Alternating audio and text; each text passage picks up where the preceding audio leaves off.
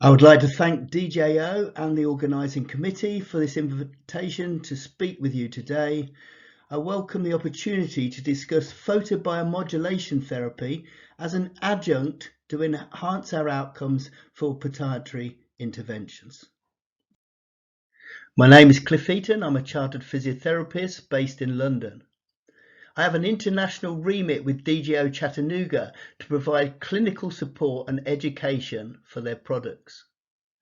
Prior to this, I had a very fortunate career in elite sport, where I've always incorporated electrophysical agents into my patient management based on evidence-based practice.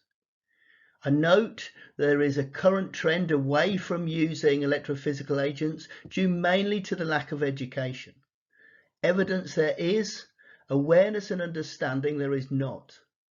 We now have the ability to study what is happening at a molecular level with our interventions, providing us with a lot more significant evidence for the use of electrophysical agents. Now, if you have any questions relating to the use of electrophysical agents, post these on this website, electrophysicalforum.org, and you will have the opportunity to ask questions at the end of this presentation. So let's kick off today's session by a short introduction on the physical fundamentals of laser therapy and give you an understanding of how it works. Laser is an acronym for light amplification by stimulated emission of radiation.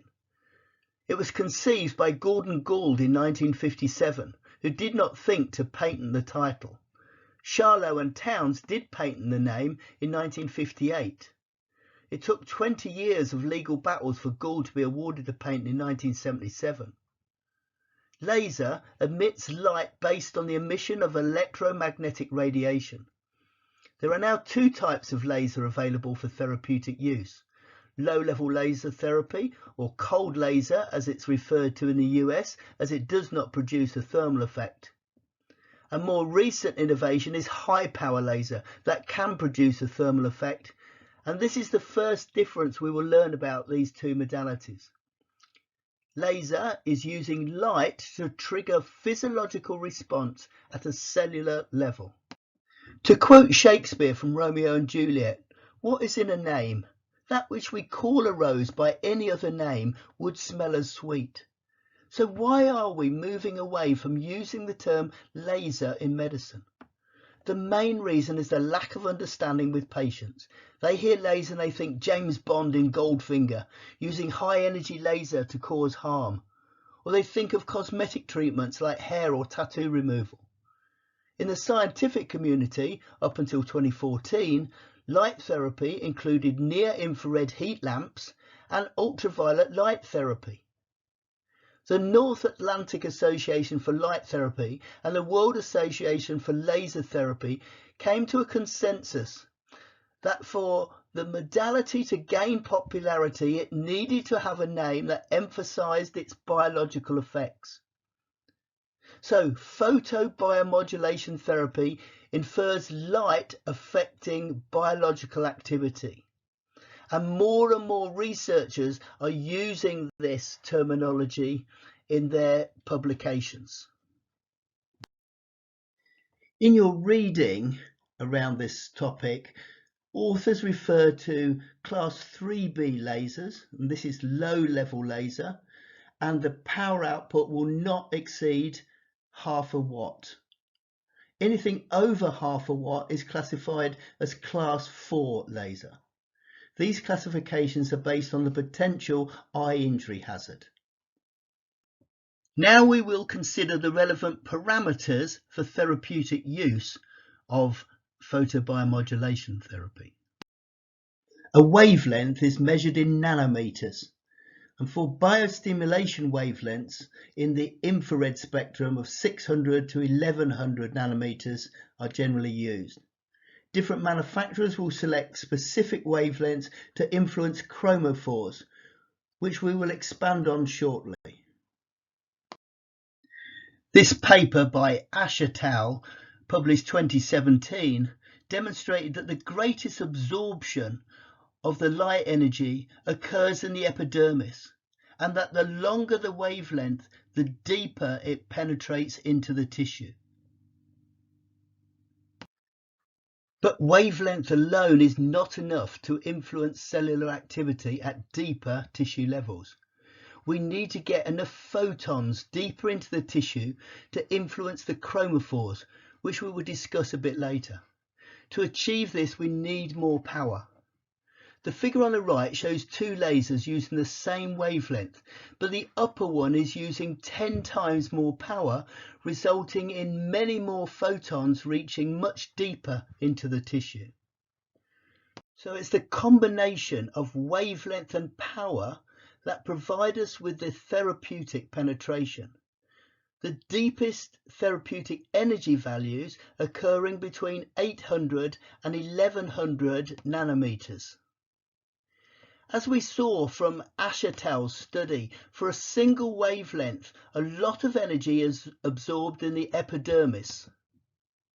However, if we combine two wavelengths, then more energy can reach deeper into the tissue.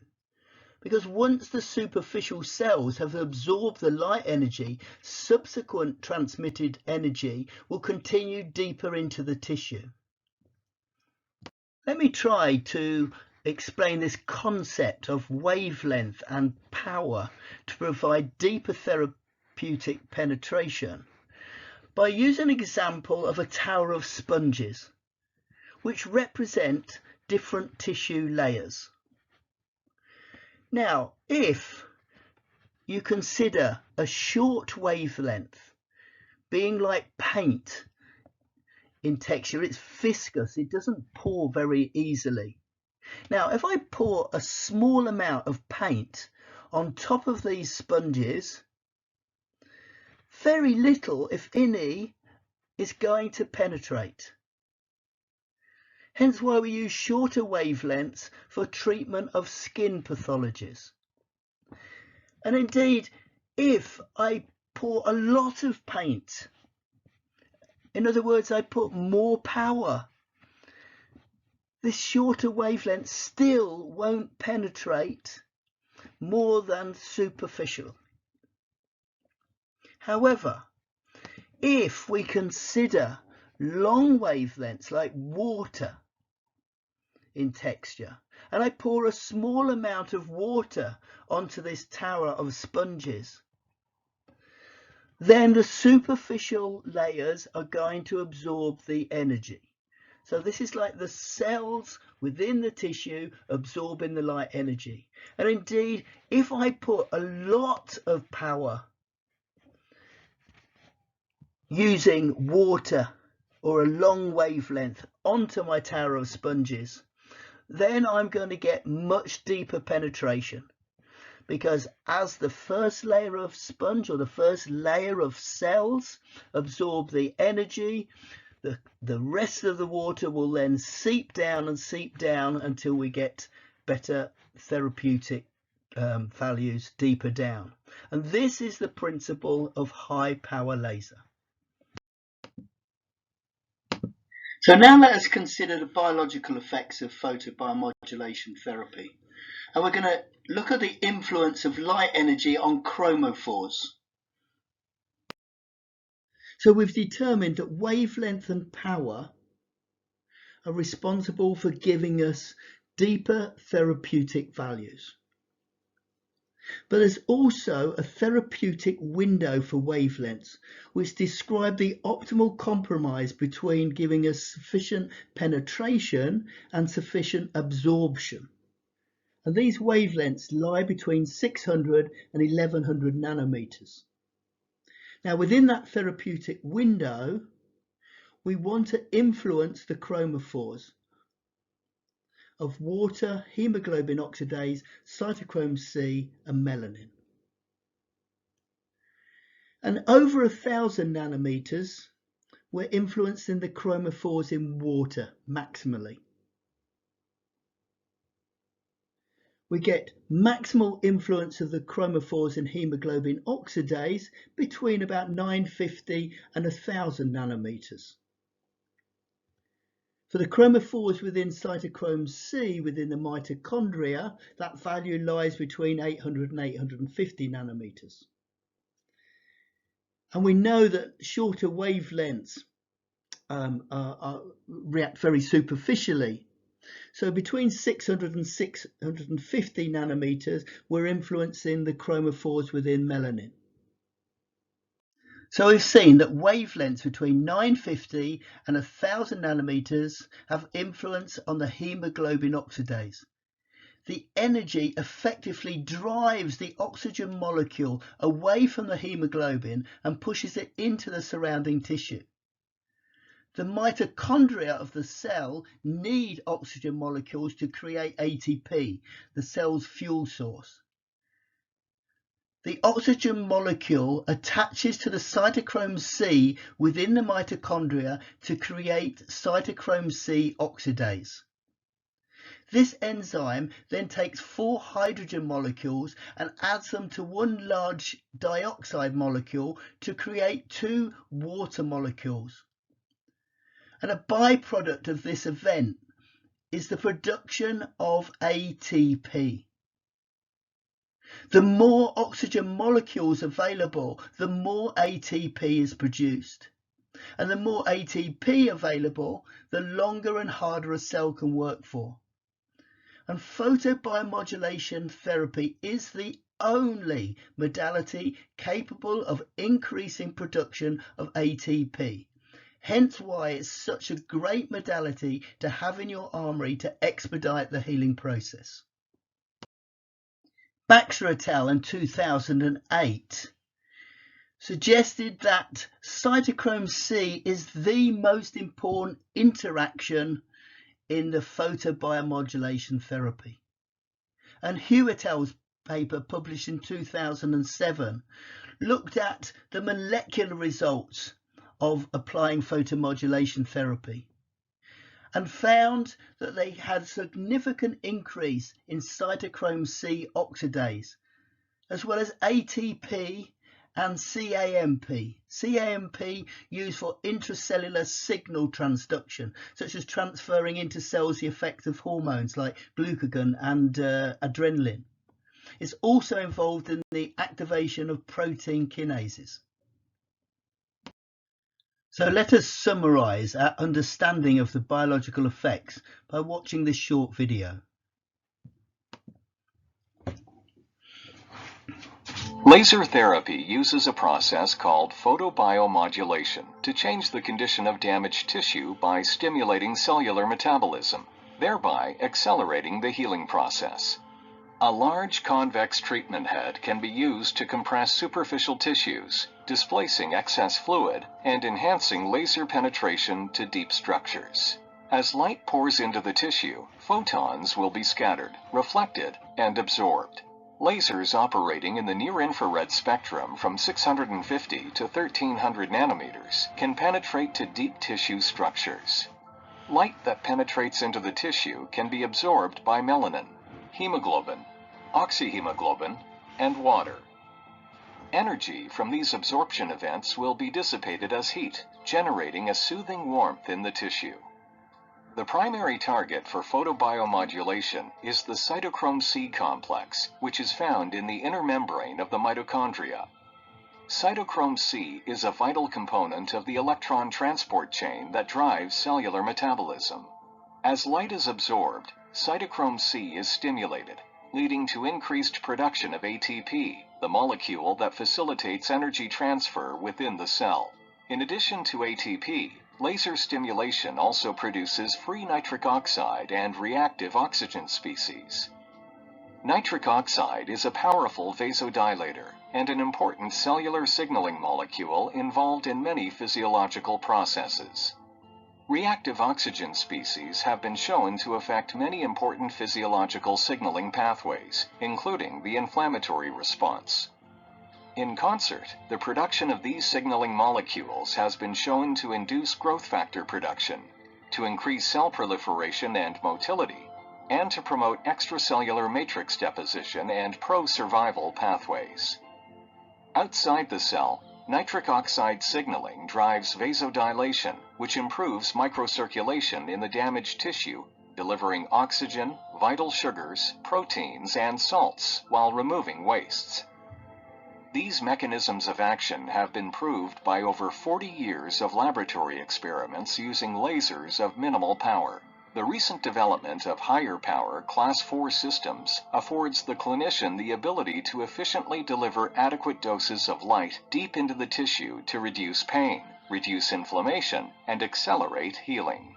As you can see in this illustration, the advent of Class 4 lasers makes it possible to not only apply the benefits of photobiomodulation superficially, but to also treat a greatly expanded range of conditions by delivering a clinically effective quantity of photons to cells deep within the tissue. So we looked at the parameters of wavelength and power, and now I want us to consider dosages. And certainly with low-level laser, this has been the cause of much debate, and potentially why low-level laser has never really taken off as a mainstream electrophysical agent. So a joule is equivalent to power times time. Power is measured in watts and time in seconds. So if we want to increase the number of joules, the amount of energy we put into the tissue, we can either increase the power or increase the time. And the higher the power or the longer the treatment time, the higher amount of energy is delivered to the tissue. Certainly with high power laser, it's recommended to apply higher dosages. This proposed therapeutic dose window is based on the Arndt-Schultz model. Too little energy and we won't have an effect. Too much energy and we can have a detrimental effect. So this ideal, as Walt suggests, between 4 and 20 joules per centimetre squared. So if I took a midpoint of 10 joules per centimetre squared to an area about the size of your palm of your hand, 100 centimetres squared, the total joules administered to that area would be 1000 joules. So it's generally accepted amongst researchers that rather than using power measured in watts or total energy measured in joules, that we use a measure of dose in energy density, which is measured in joules per centimetre squared. Now this is not commonly adopted within all laser manufacturers. And I think one of the most significant inhibitors to the more widespread adoption of laser therapy relates to the difficulty in getting these effective laser dosages to work on particular manufacturers' machines. Now, the World Association for Laser Therapy, or WALT, has published guidelines. They talk about a therapeutic window, a dosage ranging between 4 joules per centimetre squared and 20 joules per centimetre squared, depending on whether we're dealing with an acute, superficial condition or a deep chronic condition. So how does this relate to clinical treatments? Let's take a size of a small apple, 50 centimetres squared. We might be treating something like lateral epicondylitis. And I want to administer 10 joules per centimetre squared over that surface area. Using a 0.3 watt low-level laser, it's going to take me 27 minutes in order to administer the correct amount of energy. Whereas if I'm using a high power laser with 15 watt continuous mode, I can administer the same amount of energy in 34 seconds. Let's move on to consider the indications, precautions and contraindications for photobiomodulation therapy. Broadly speaking, the indications for photobiomodulation therapy are for pain and inflammation management, soft tissue repair, and wound and scar healing. Now, various theories have been put forward for its effectiveness as an analgesic, including depolarizing pain receptors, decreasing nerve signal velocity, endorphin release, and gait control. Photobiomodulation therapy should also be considered as an inflammatory optimizer, promoting a positive influence on this important aspect of the healing process.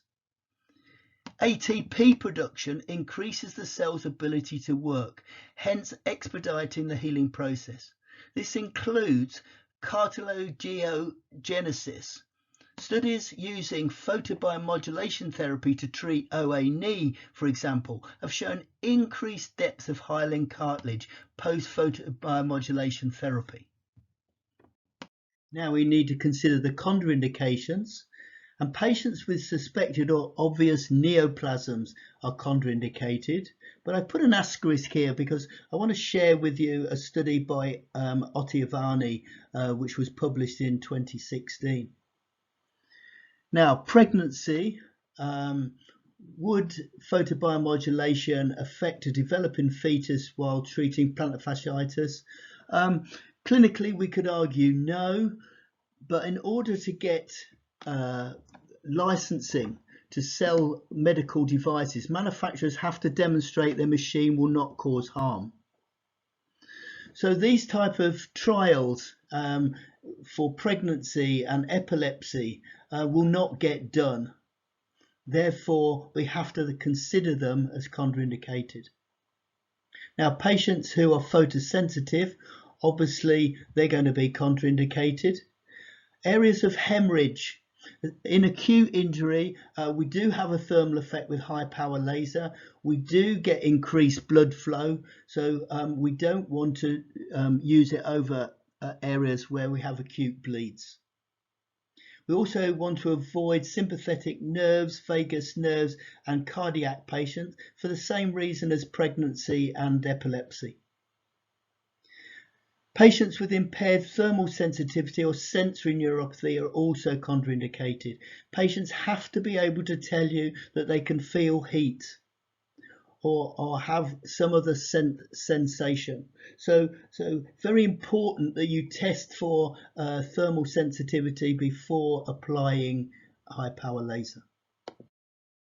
So as I said, I wanted to share this paper by Ottaviani et al. Published in 2016 with you. It was an animal study looking at photobiomodulation in tumour progression. And what they found in vivo was that there was a reduction in tumour progression. And they also found a reduction in the number of highly angiogenic macrophages within the tumour mass, and it promoted vessel normalization. So the inference of this study is that photobiomodulation may well have a positive influence in the treatment of oncology patients in the future. And whilst we're still at animal trial stage, it's worth watching this space because this could be a very exciting development.